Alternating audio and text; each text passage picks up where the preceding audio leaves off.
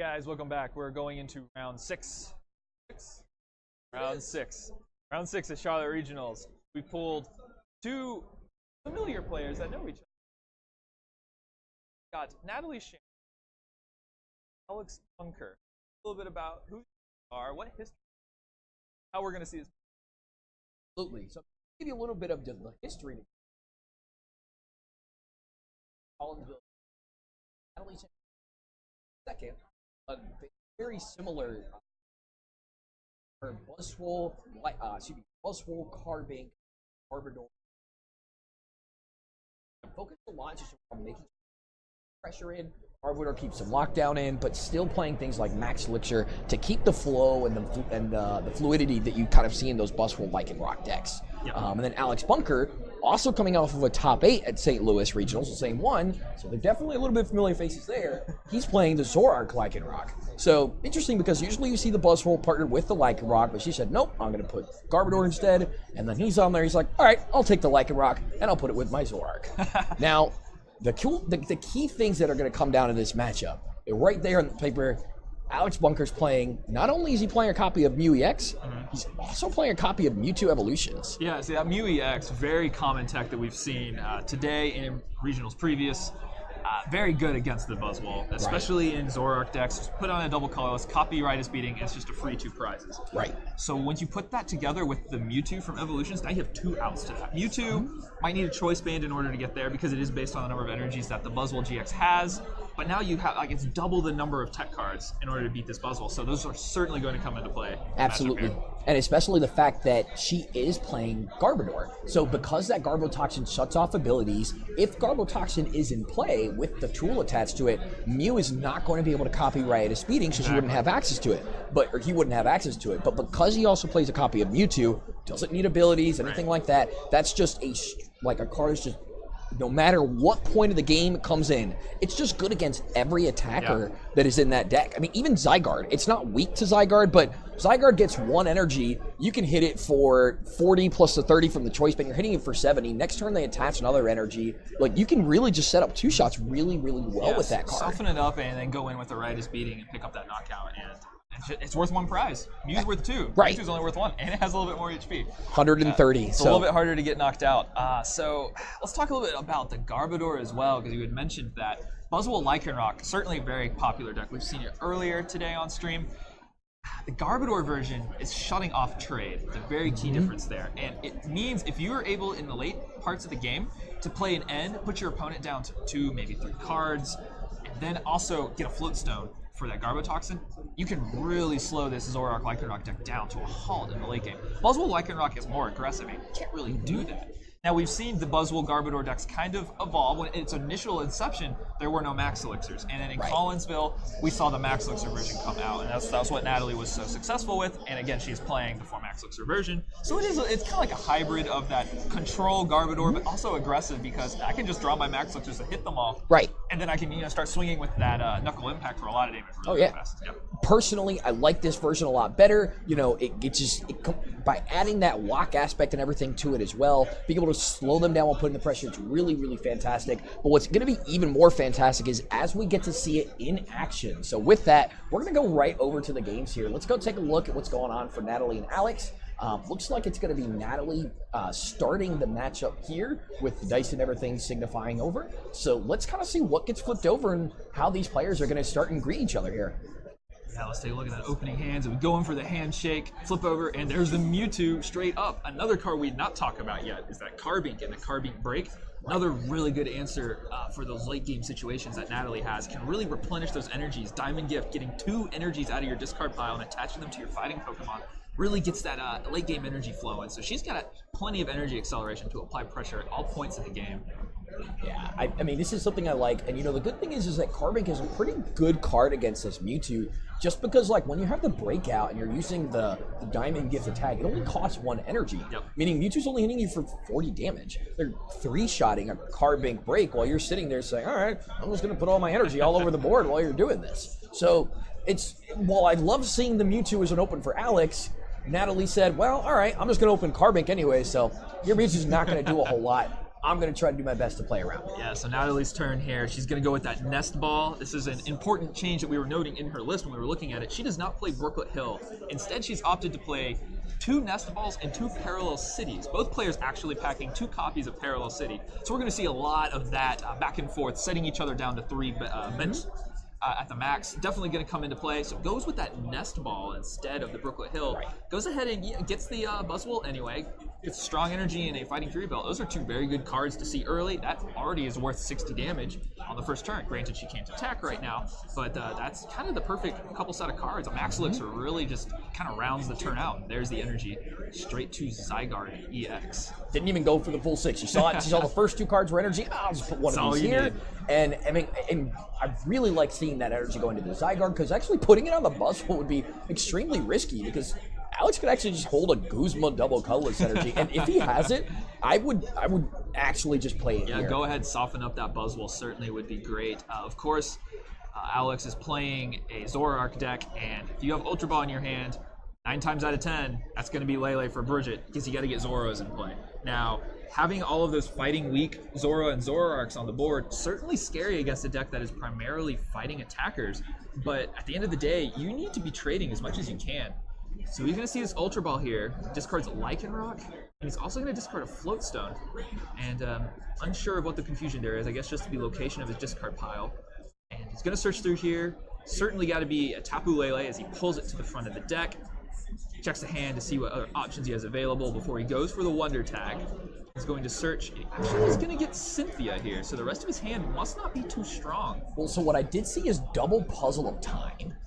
And a second Float Stone, so I don't think he really wanted to cold those cards. Those really aren't the things that you want to see early, and he actually has a 3rd Puzzle of Time in his prizes already, so if he had actually had to use those for any reason, I mean, it really could have been an obnoxious situation going into the later turns of everything for him. So I think his Cynthia was one of those, like, this is just something I have to do.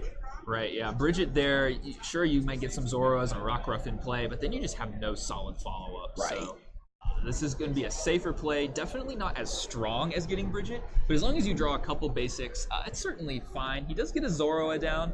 That's okay.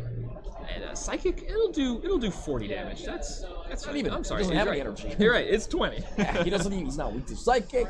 I mean, this card make is really like one of the best cards that you could almost have against that Mewtwo in this deck, just because of all the things that it has going for it. Right. But coming over from Natalie's side, I mean, she's really on this optimal start. So you'd think when taking out Brooklet Hill, you would start to see you wouldn't see the setup be as fluid on these first couple turns. You wouldn't see all these basic Pokemon. And not the best hand from Natalie. I mean, that N really is going to help her to be able to try to fix it. But the Parallel City is also very good. Alex's bench is already looking really rough. I got a Mewtwo in play and a Lele in play. So he's only got 2 other spots to actually put down any Zoroas or Rockruffs. So that Parallel City really hurts.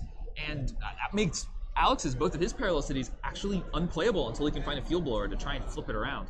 And as I say that, he does have Field Blower in his hands, so I'm sure he'll probably opt to go ahead and discard the Parallel City and then one of the Fighting Fury Belts in play. And already taking a little bit of pressure with that 60 damage on the active and 30 to the Zoroark.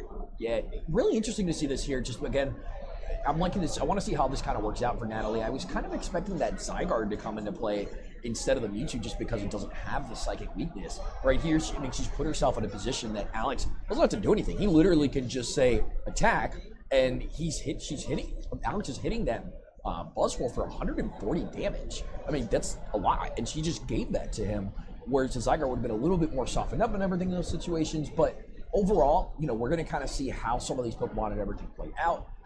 Those Fighting Fury Belts are going to make a really big difference when it comes time for the math and everything as you go through this. Yeah, so those Fighting Fury Belts and that Parallel City, let's go ahead and talk a little bit about what those have done. Alex has already played a Field Blower, which means that's one less Field Blower he has to turn off Garbotoxin later on in the game, which means he's only got one more Field Blower. He does play those puzzles at a time, but with only one more Field Blower, it might be difficult to draw that in those late game situations where he gets N to a low hand size and then Garbotoxin locked.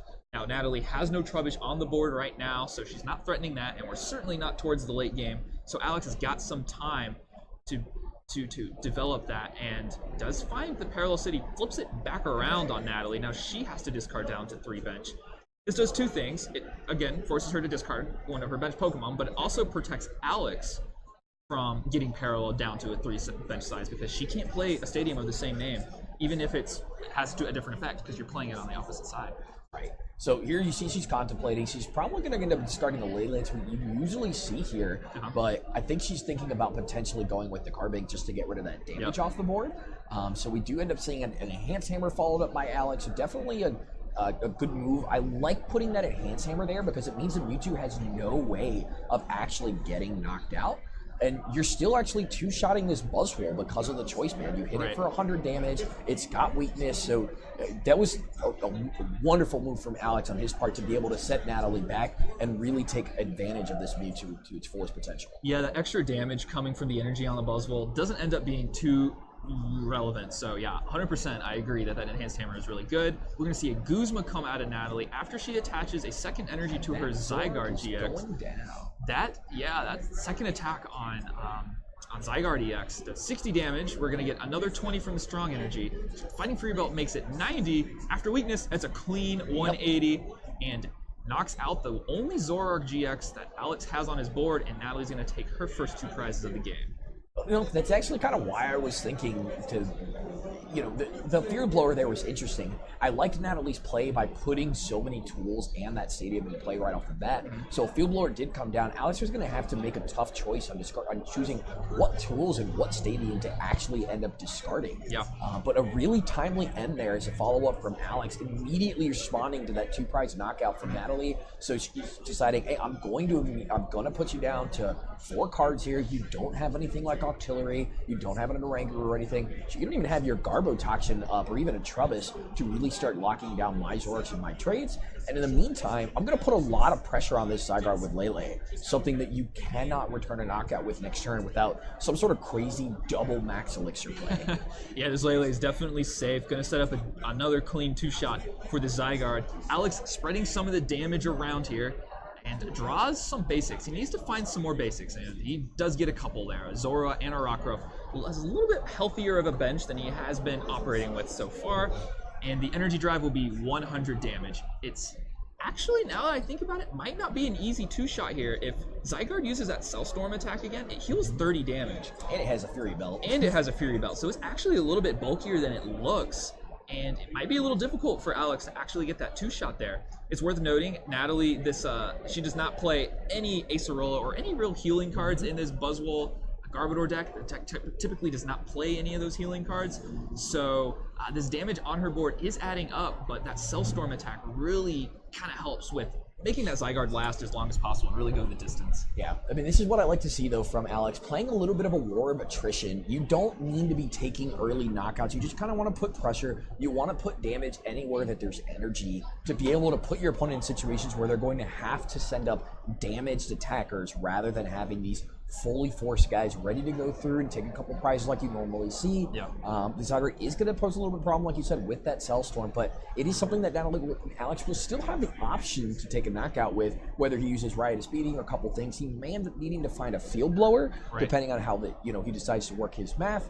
But because Alex is playing a copy of that Mew, if Natalie doesn't get that Garbotoxin in play, Alex really just basically needs to get down to 2 prizes. Right. And that's how the game is going to go. Those 4 cards that Natalie has drawn, none of those are Trubbish, which means Garbotoxin is still quite a ways out, and the Cellstorm is going to be, should be 90 damage in total.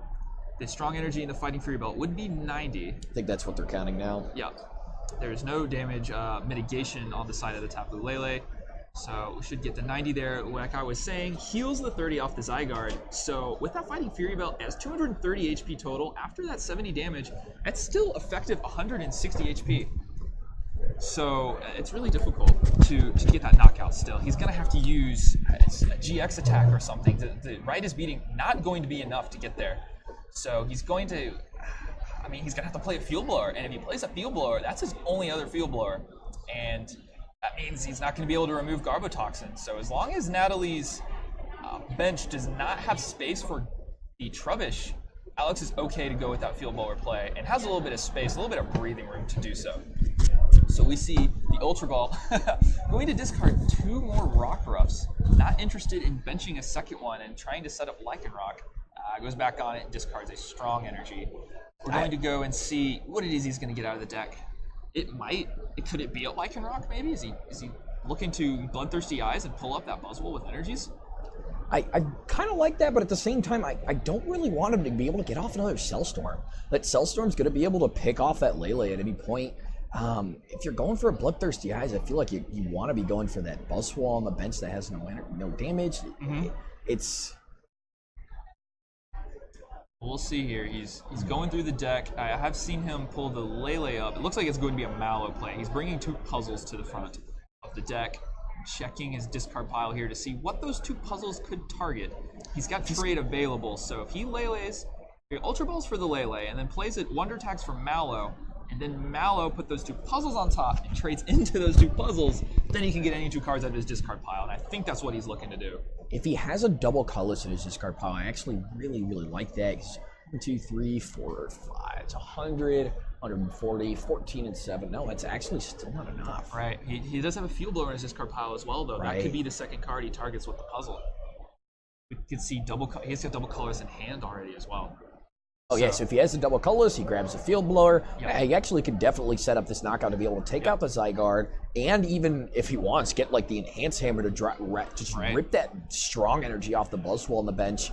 That would just put him in a position that just really makes Natalie just have to scramble for cards. And when not having the Garbotoxin, to put Alex in the position of not having trades and not having her own Octillery Rangaroo herself, she's going to be at a major disadvantage when trying to take her last 4 prizes. Yeah, and this double puzzle play is necessary if he wants to go for the Field Blower knockout here, because he prized his other copy of Field Blower. So this Mallow into double puzzle, absolutely, it's a brilliant move here by Alex Bunker here, and gets that Enhanced Hammer. Like you were saying, this is going to be a really big swing turn for this Zoroark Lycanroc deck. The retreat of the Lele is going to go, it's going to be Right as Beating. Right as Beating will be perfect math, 120, after removing that tool card. And there it is. He's going to keep the Parallel City in play because it is certainly facing the direction he wants right now. Removes that strong energy, and Natalie's board looks a little anemic. Right. The only thing she's got is his Buzzwole with 1 energy, which, unless we see, again, she's got a Max Elixir in hand. That Guzma was actually, I think, like the exact card that she wanted. Actually, she doesn't really even need it. If she hits this Max Elixir here, she could just go into the Buzzwole and take a knockout on the Zoroark.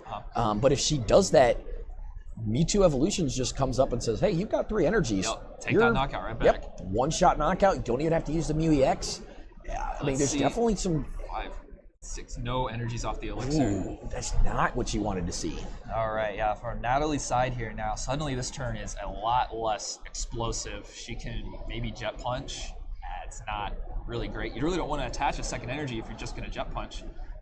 And she's going to go ahead and concede because that board position was just not a great situation for Natalie. Alex, off of his prizes from that knockout, got another Enhanced Hammer as well. So if she attaches that strong energy and then Jet Punches, you just remove that energy and then put more damage on the board. And definitely a smart concession out of Natalie. Yeah, I mean, you don't really have to worry too much about the time in this matchup because you are a relatively fast-paced deck. Even Alex's deck, I mean, sure, it's not as fast, but you really shouldn't see these crazy long games between this kind of matchup. The prizes should go relatively quick. Every once in a while, you might see a little bit of a longer end game just due to the Garbotoxin kind of slowing things down a little bit. Right. But I think she should feel pretty confident. You know, that concession it was going to be very difficult for her to be able to actually pull off that win. And the last thing either one of these players want is a tie at 5-0. They're so close. I know both of them can truly feel that day 2 victory right there, and coming so fresh off of having such a great run at Collinsville. Both of these players at 5-0 truly is impressive to be able to take that consistency and carry it from one event to the next. And both of them playing the same type of deck that they played at that regionals, maybe with a couple card changes. So it really kind of goes to show. Every once in a while, you'll see a player like maybe someone like Grafton Roll. Grafton Roll is a player who you can see him playing almost any deck out there, from Greninja to Passimian that we saw today, something like this. But you see someone like Natalie or, Angie Mahone, who she test partners with a lot, where they kind of stick to one deck. They find what they like, they pick it in their metagame, they find their niche, and they just work on it, they perfect it, and they tweak it. They both went on this Buzzwole Lycanroc, or Buzzwole in general, for a while, and they started with the Lycanroc variant. Mahone saw some success and everything with it. Now we have Natalie, who's of course had success with the Big Garbodor version, and clearly says she's going to keep on going and does not want to stop. Yeah, that is. It's really exciting to see a player just click with the deck and just start taking down tournaments over and over with it. It's very impressive from these players here. And so Natalie's game 2 needs to look a little different, and the main key difference is Garbotoxin. If you shut off Garbotoxin, Alex can't Mallow for double puzzle and trade into it. That's just not an option for her. Right. So we need to see a Trubbish come down, ideally before Parallel City gets played against her. Because once her bench gets set to 3 and there's no Trubbish on the board, it takes a really long time before she can actually get that Trubbish and Garbotoxin start to become engaged. Because when you look at her deck list, there's no Field Blower. Right. And so with the Pokemon flipping over, Natalie does start with that Carbink again. Just a really great starter for this deck to be able to just on turn 2 start accelerating energies. If that's the route that you kind of want to go, you can also just continue putting the pressure down with the energy, with your Buzztool spreading your 30s. But a relatively solid hand on her end. She's going to be able to Ultra Ball and set up some sort of Max Elixir play and follow it up with a Lele as well to be able to use a supporter. Right. She can go get the Buzzwole. She can go get Zygarde if she's concerned about the weakness, and then start playing those elixirs and the energies. She is going to discard one of the Max Elixirs, favoring the other cards in her hand at this point. Yeah. I actually really like that because she had option of either she could have discarded a second Guzma and then used both elixirs and the strong energy and Lele for Sycamore. But Guzma's a very important card in that matchup, and kudos for Natalie for truly recognizing that in this situation. So understanding that she can just Lele for a Cynthia to conserve that Guzma, because you don't really want to discard 2 on the first turn. Yeah, you know what's better than Cynthia on the first turn? Lily on the first turn. She plays 1 Lily, and that is what she has searched with that Wonder Tag. I'm sorry, I don't think I've even seen that art of Lily before, so I just assumed that was a Cynthia coming out. But you're right, that is the Lily. So we're gonna actually see she's probably gonna, she's got 2 other cards that she can actually play out first. So that's gonna be a Lily drawing her 7 cards if she chooses to play the other 2 first. Yeah, that is an incredible first turn. This Max Elixir, final card. We see the fighting energy come down so close. But at the end of the day, it doesn't matter if it's in that top 6. Doesn't matter if it's the first card or the 6th card. You get that energy acceleration. And Max Elixir really demonstrating just how powerful of a card it is. Really has been ever since it was released back in Breakpoint. Absolutely. We have not seen that card, shy away from tournament play ever since its release. Always seeing its space in its top cut environment. Again, this Lily coming down to draw her 7 cards because it's her first turn. Yeah, there's a fresh set. Total 8 cards in hand now, and plenty of options available to her. We see that Carbink Break in her hand, which means Ultra Ball and discarding some energies might be fine. As we see, that's what she's going to go ahead and do, because I like it. Carbink Break accelerates them, but she's going to discard as well. I think she actually had 2 in her hand. I'm not 100% positive, but I believe I saw a second Carbink Break in her hand. I don't see it as she goes through her deck, and it's not in her prizes, so we're going to go with that. Here she goes. Ultra Ball, she has pulled Trubbish to the front of the deck, and this is what we need to see from Natalie's side if she wants to swing this matchup back into her favor. Trubbish down before Parallel City hits. And as I say that, she goes for the unlock. And it's unfortunate only because she also has a second Trubbish that's in her prizes, and she only plays 2 copies, so it's going to be really difficult for her to actually be able to find that Trubbish. She's played 2 Ultra Balls now. Only 1 Trubbish left in the deck. It's not going to be the easiest card to find. Deciding that maybe getting the Buzzwole down and having it as a Max Elixir target is something that she favors doing, because, if Alex can find one of his 2 Parallel Cities and play that 3 bench side to her, Natalie cannot get rid of that. She has no way to remove that stadium. And it might be really difficult, again, once more, for her to get that Garbotoxin in play. And then Alex can just trade in Bloodthirsty Eyes and, heck, even a Wonder Tag as often as he wants. Everything. Now, again, very difficult Ultra Ball for Alex. You do what you have to do to get your Bridget, but discarding a double colorless and a Puzzle of Time, not the most likely cards for you to want to discard in your first turn. But Alex clearly recognizing the threat that Mewtwo posed in the last game, so immediately making sure he prioritizing that with that Bridget there, as well as, of course, the 2 Zaruras to make sure his setup is fluid as always. He can trade his way to victory there. That Mewtwo, though, what's interesting about it is, besides the physical damage that it does to a Buzzwole, does to a Zygarde, or any of these Pokemon, it's also just a mental, it just mentally changes the game. Right, it just threatens. Right. Yeah. Literally just being on the board, its field presence is already enough. And You see immediately that taunting her in her face a little bit. She drew a Garbotoxin right off the top of the deck, and so if she had played that Trubbish down, that's her deck saying, should have grabbed Trubbish. Well, the strong energy does come down to Buzzwole GX, so she's at least going to put it to good use, and this Jet Punch is going to be good with the Guzma. She's going to knock out the Zoro, put 30 damage on probably the Mewtwo to soften it up so that she can respond. But I guess any really of those pre-evolutions is a good option there. So at least she's putting that Buzzwole to good use, and she can try and get that Garbotoxin later in the game. Now, and again, also Natalie recognizing, well, my opponent put a double colorless energy in the discard pile. This is actually a really risky move from Alex. Yeah. He's got one DC in discard pile, another double colorless energy on his Tapu Lele. He's only got 2 other ones left. One puzzle of time in discard pile, one puzzle of ties on the prizes. So he doesn't have a lot of options to be able to just find this double colorless energy here.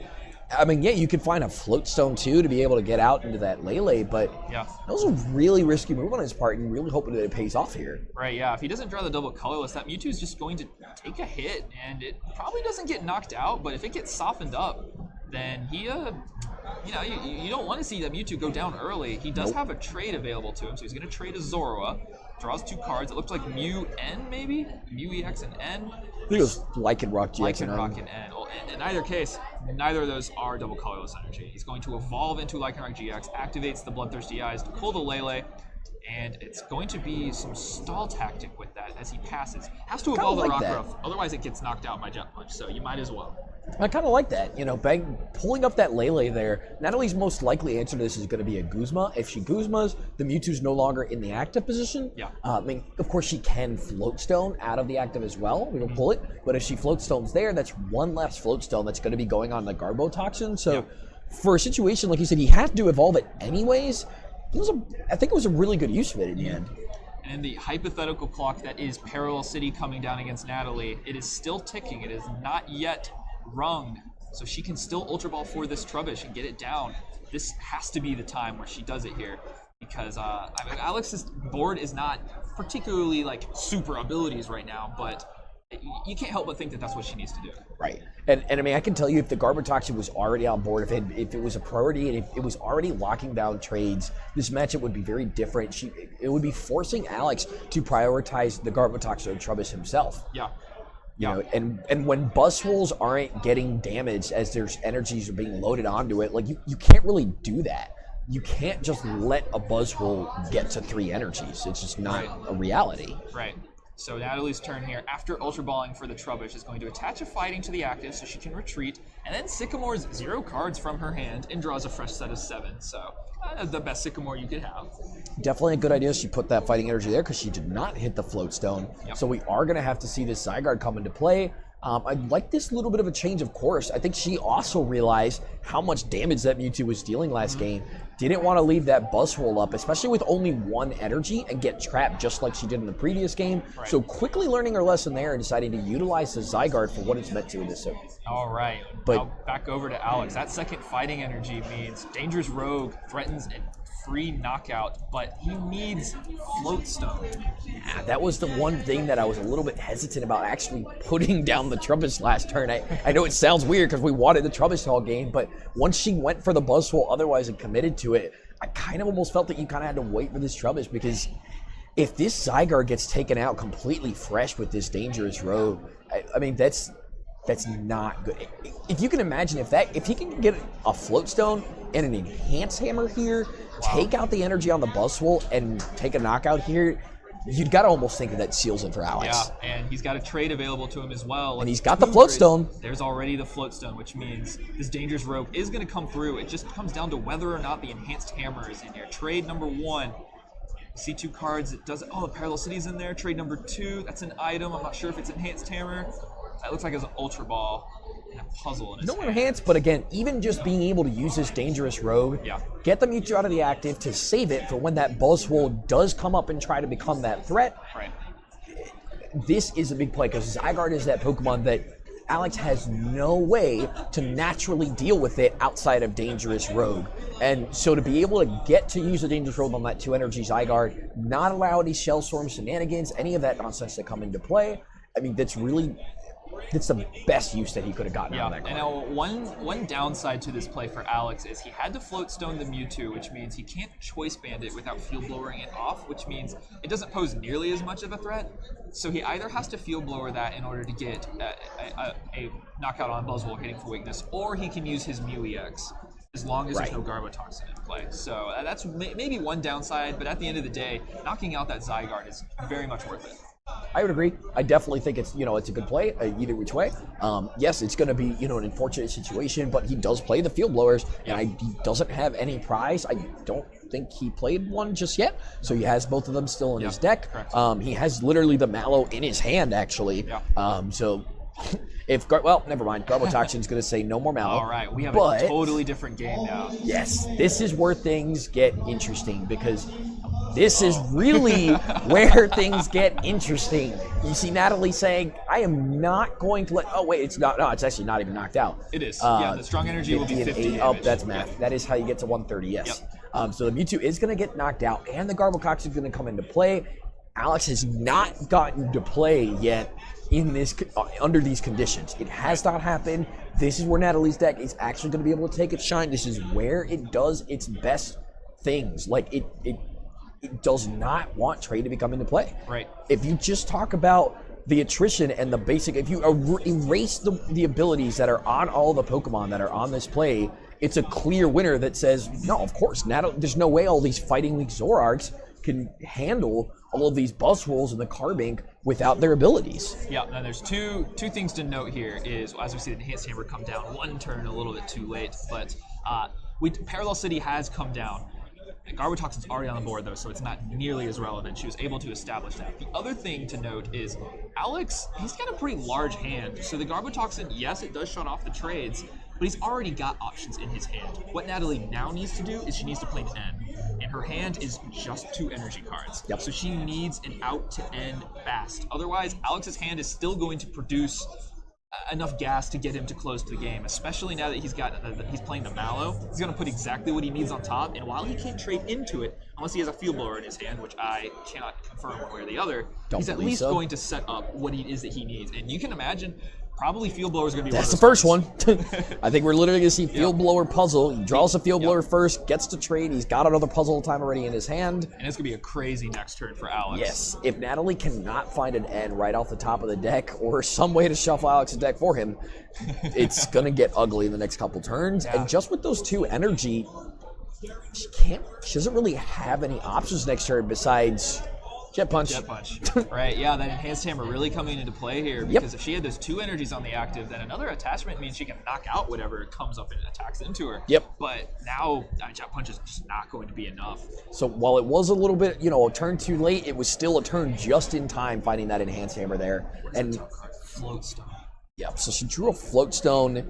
Actually, That's okay. A very good card to draw there. Not of the best, but Diamond go Gift into is the good. right. Actually, it's a pretty good card to be able to find off the top of the deck. So Diamond Gift does a measly 20 damage, but most importantly, we're going to put 2 energies right onto that benched Buzzwole with no damage on it.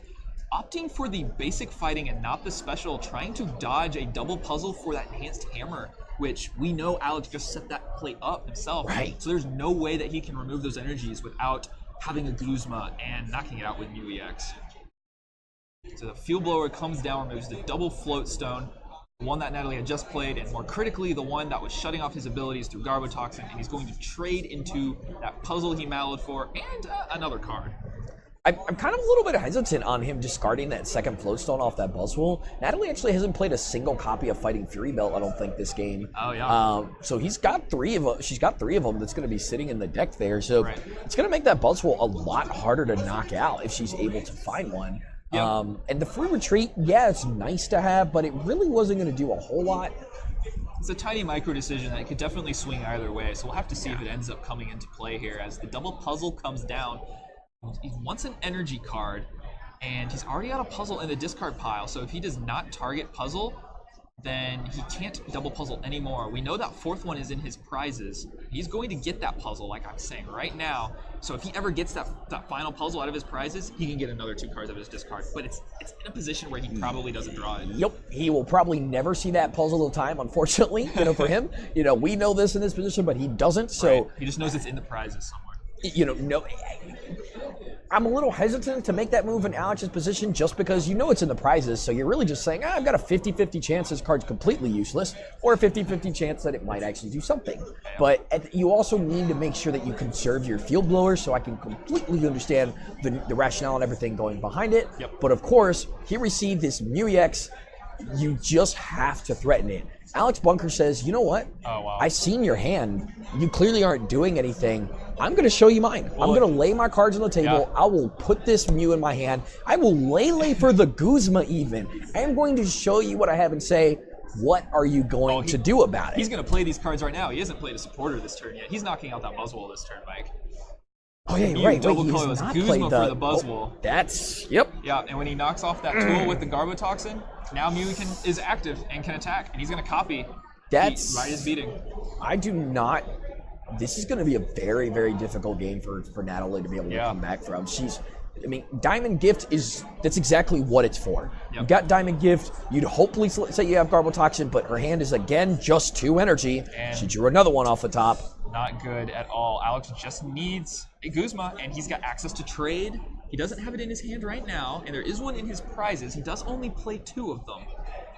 So actually, he has no way to play Guzma. There's no way to play Guzma. There's literally no way of playing Guzma just because of that. Yep. He will knock out the card bank, and guess what? That puzzle we said he wasn't going to get, he might grab it here. He either gets that or he gets the Guzma.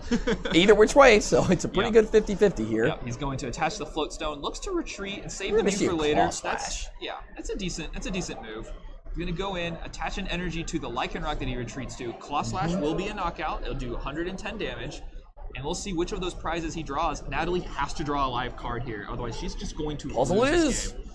It's another energy card, and that is going to be the match. Natalie just drawing too many energies and not enough other active cards to really continue applying pressure in the matchup. And Alex Bunker, and once again, a matchup that I thought he was going to be the unfavored in, and that Natalie was going to be the favorite, ends up taking a 2-0. Absolutely. That's what's incredible about today. So today has taught us a lot if anybody's been watching out throughout the entire day. The picture and the story that's been painted has been awesome. So we've come into several of these rounds talking about how the matchup, not even just bringing, excluding the players and everything from it, just talking about the decks on paper, there's always going to be one that seems to be more favorable than the other. And we've seen nothing but upsets today. Right. We've seen here, this was a deck, fighting weak deck. Sure, it's got its psychic counters, but the other deck also even has the Garbotoxin and everything. We'd assume the Buzzwole deck's favored in a swift 2-0. We saw it earlier with Jose Marrero, another deck that's consistently weak to fighting across the board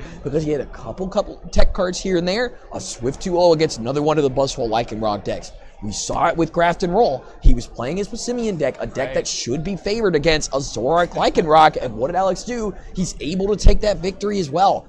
All day, which it's just an awesome thing to be able to see. You're able to go in there. If you make sure you do everything as best as you can, you're going to give yourself the best fighting chance, and you always come out victorious no matter the situation. You can always win, even if the odds always feel like they're against you. The Pokemon trading card game, at the end of the day, there's that little bit of luck involved, and if it just falls your way, you can win every game you ever play.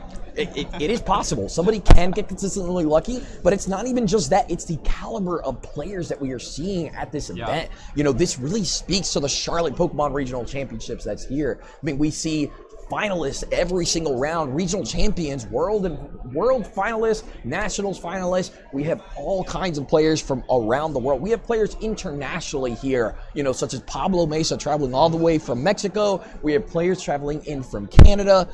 Really, it is a sight to see. If you are walking around this venue, you will not be able to look very far without seeing a familiar face if you've watched any of our recent streams. So after this match here, Alex Bunker going to push himself to 6-0. He just needs to win one of his next 3 rounds, and he's already comfortably into the second day. And Natalie dropping to 5-1, still a very great record to have. Definitely a high chance of making it to the second day. And they're both obviously really great players playing very consistent decks. So I look forward to seeing them a little bit later on down the road. We're going to take a break here before we go into round 7. Please stay tuned because we will be right back.